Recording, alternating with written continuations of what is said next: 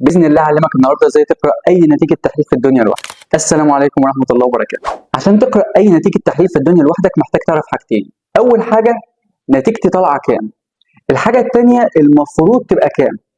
وده اللي فيها الشغل كله بقى، يعني ده اللي عليه اللعب كله، المعدل الطبيعي. ازاي اعرف ان نتيجتي دي واقعه ضمن المعدل الطبيعي ولا لا، وبناء عليها اقدر اقرر اذا كانت نتيجتي دي عاليه زياده عن اللزوم او منخفضه زياده عن اللزوم. اي معدل طبيعي لاي تحليل في الدنيا بيتكتب باربع طرق بس. يعني اي تحليل في الدنيا هتلاقي المعدل الطبيعي بتاعه مكتوب بشكل من الاربعه.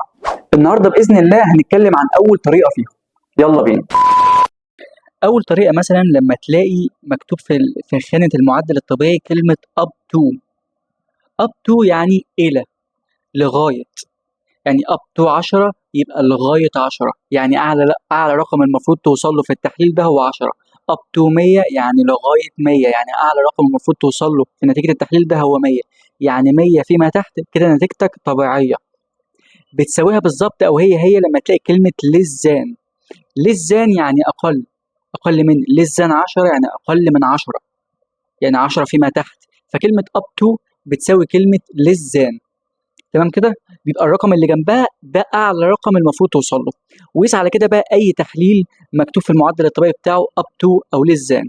على سبيل المثال معانا مثلا ده تحليل لوظيفه كبد، ده تحليل مثلا انزيم ضمن وظائف الكبد بنستدل بيه على ان الكبد شغال كويس او لا. طول ما النتيجه في المعدل الطبيعي ده معناه ان الكبد باذن الله شغال كويس. النتيجه زادت او قلت عن المعدل الطبيعي كده الكبد فيه مشكله، فيه تليف، مصاب بفيروس ايا كان. فاول حاجه تيجي تبص عليها هو المعدل الطبيعي. هتلاقي مكتوب هنا المعدل الطبيعي up to 49، يعني اعلى رقم المفروض توصل له 49، يعني 49 فيما تحت كده نتيجه التحليل دي طبيعيه. طب ابص على نتيجتي انا بقى طالعه كام، الاقيها 67. 67 اعلى من 49 كده النتيجه هنا عاليه. ده تحليل مثلا كوليسترول، اجري على المعدل الطبيعي. مكتوب ايه في المعدل الطبيعي؟ up to 200، يعني النتيجه هتبقى طبيعيه 200 فيما تحت. اعلى رقم المفروض توصل له هو 200، فلما تلاقي نتيجتك هنا طالعه 226 كده نتيجه الكوليسترول هنا عاليه.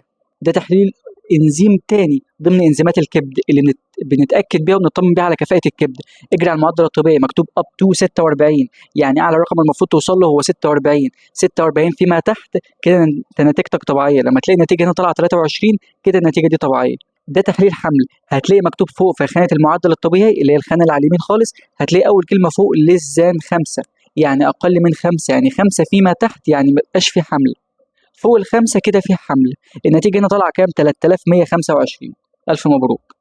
ده تحليل مثلا سكر عشوائي، النتيجه هنا طالعه كام او المعدل الطبيعي طالع كام؟ up to 180، يعني النتيجه طبيعيه لحد 180. هنا طالعه النتيجه بتاعتي كام؟ طالعه 80، فبالتالي انا في المعدل الطبيعي. فوق ال 180 كده يبقى السكر العشوائي بتاعي عالي. ده مثال مثلا تاني على تحليل السكر العشوائي برضو. هتلاقي النتيجه هنا طالعه 400، احنا قلنا بقى المعدل الطبيعي لحد 180، هنا طالعه 400، فهنا السكر العشوائي نتيجته طالعه عاليه. اخر تحليل باذن الله نختم بيه اسمه CEA، ده تحليل دلالات اورام بنستدل بيه على وجود اورام. المعدل الطبيعي هتلاقي في خانه المعدل الطبيعي مكتوب less than 6.2، يبقى النتيجه هتبقى طبيعيه طول ما هي اقل من 6.2. 6.2 ده اعلى رقم المفروض اوصل له. النتيجه طالعه 2 وتقريبا 2.8، كده النتيجه هنا طبيعيه الحمد لله. اي حد عنده سؤال او استفسار يسيبوا لي تحت في الكومنتات، واي حد عايز يقرا اي نتيجه تحليل يبعتها لي وان شاء الله هساعده. وانتظر الجزء الثاني باذن الله، هنتكلم على بقيه اشكال كتابه المعادلات الطبيعيه. وفي هذا القدر الكفايه لمن اراد الهدايه، وكان معكم محمود نوح. سلام.